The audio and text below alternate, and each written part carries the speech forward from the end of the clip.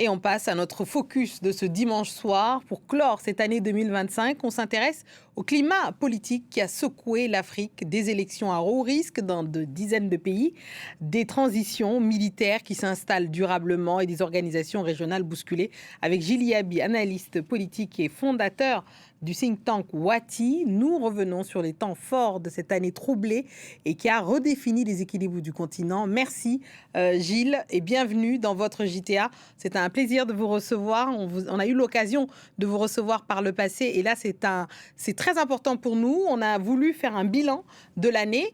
On a compté plus d'une dizaine de scrutins sur cette année. Parlons peut-être des plus emblématiques. Peut-être d'abord la Côte d'Ivoire et le Cameroun. Pour vous, ces scrutins, au vu des scores, de l'âge des candidats, que disent-ils de l'état de la démocratie en Afrique ? Bonsoir. Déjà, j'espère que la connexion sera bonne. Je voudrais d'abord dire qu'effectivement, on a connu une année 2025, je pense, tourmentée, très politique, comme vous l'avez signalé, avec de véritables motifs d'inquiétude par rapport à la suite et donc à 2026. Mais on va y revenir. Par rapport à la Côte d'Ivoire et au Cameroun, ces deux élections étaient très attendues en octobre dernier.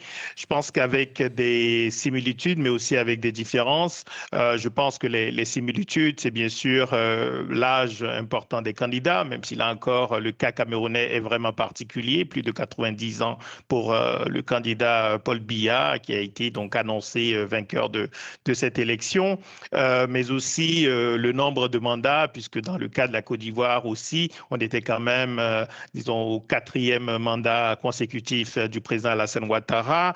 Il y avait déjà une controverse importante lors du de la tentative d'avoir un 3e mandat, puisqu'on considérait qu'il y avait là une contradiction avec le texte et l'esprit de la Constitution ivoirienne et la limitation à 2 mandats. Le débat ayant été tranché à l'époque par le Conseil constitutionnel, évidemment, il n'y a pas eu de controverse sur ce point lors de cette élection, mais il y a quand même toujours un malaise lié au fait que l'esprit à nouveau de la Constitution n'a pas été respecté et que les engagements aussi du président Ouattara n'ont pas été respectés dans ce domaine. Et au-delà de ces candidatures, il y avait aussi la question du contexte de manière générale de ces élections et le fait que des candidats importants, notamment, n'ont pas pu se présenter. Maurice Kamto dans le cas du Cameroun, et Tidjane Thiam, Laurent Gbagbo dans le cas de la Côte d'Ivoire.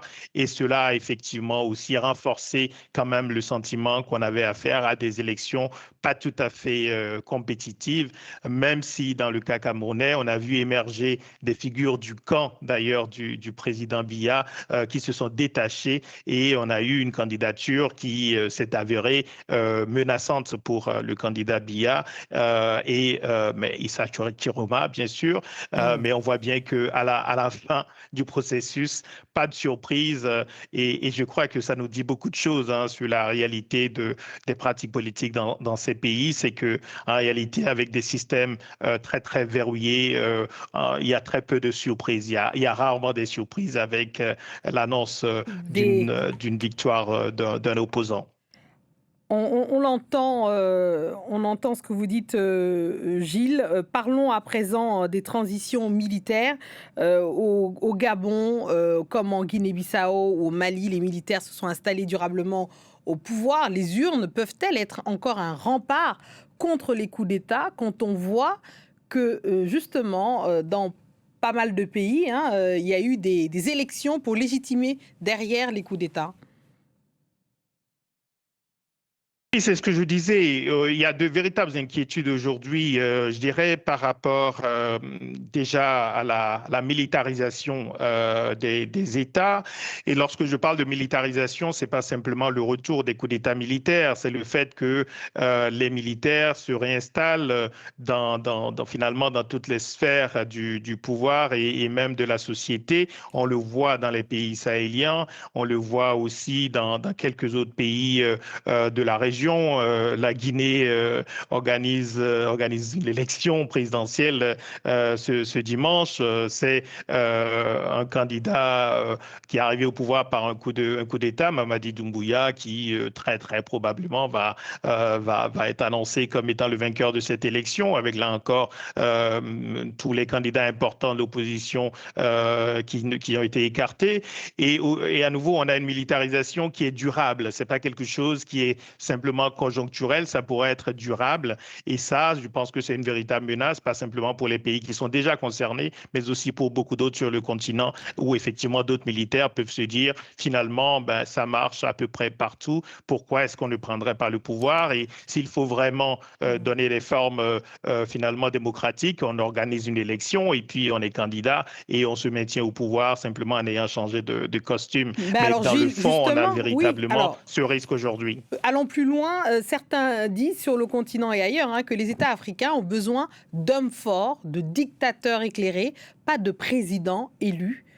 Qu'en pensez-vous?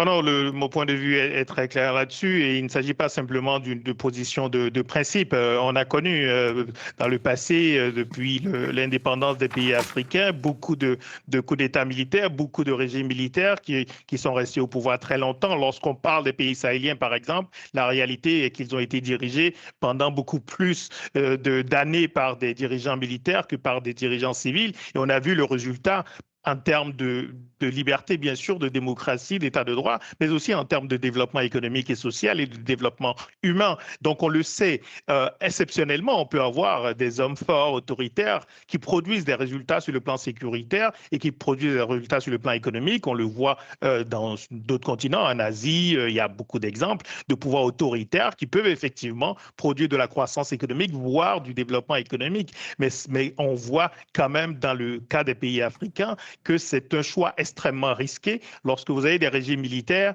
vous avez ensuite en réalité aucune possibilité de rectifier le tir lorsqu'ils se révèlent à la fois dysfonctionnels, corrompus et brutaux. Ouais. Et donc, je crois qu'on a suffisamment d'exemples aujourd'hui pour dire très clairement que ce choix d'homme fort autoritaire n'est pas celui qui correspond aux sociétés que nous voulons. Alors justement, Gilles, on va rapidement sur la fin parce qu'on arrive à la fin de cet entretien. J'aimerais vous entendre deux mots. Donc un mot d'abord sur Madagascar, avec l'émergence d'une nouvelle, et ça rentre aussi dans l'idée de cette société civile qui se prend en main, ces jeunes de la Gen Z qui ont fait basculer les pronostics à Madagascar, et aussi peut-être cette société civile qui s'organise par ailleurs, notamment avec des think tanks comme les vôtres. Je sais que, évidemment, Wati célèbre en 2025 a célébré ses 10 ans d'existence. Qu'est-ce que ça dit sur ce qu'on peut espérer sur le futur peut-être du continent africain et peut-être une prospective pour 2026?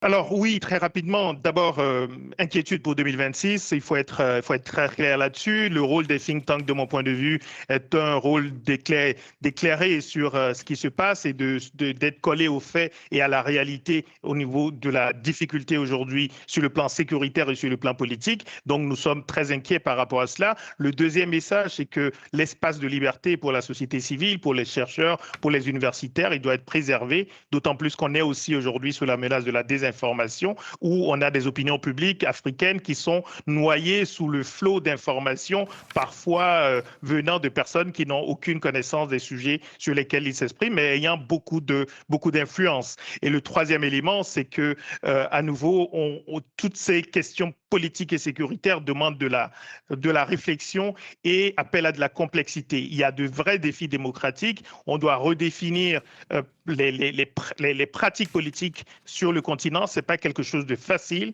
Il y a bien sûr des gouvernants civils qui ont fait énormément d'erreurs et qui, d'une certaine manière, ont créé les conditions pour le retour des militaires, mais il est de notre responsabilité collective de continuer à alerter à nouveau sur les risques de la militarisation et sur les risques d'une disparition totale des espaces de liberté et d'expression. Merci beaucoup, Gilles Yabi. C'est la fin de ce journal. Merci de votre décryptage. C'est la fin de ce journal. Merci de rester avec nous, car l'actualité continue sur France 24. Merci.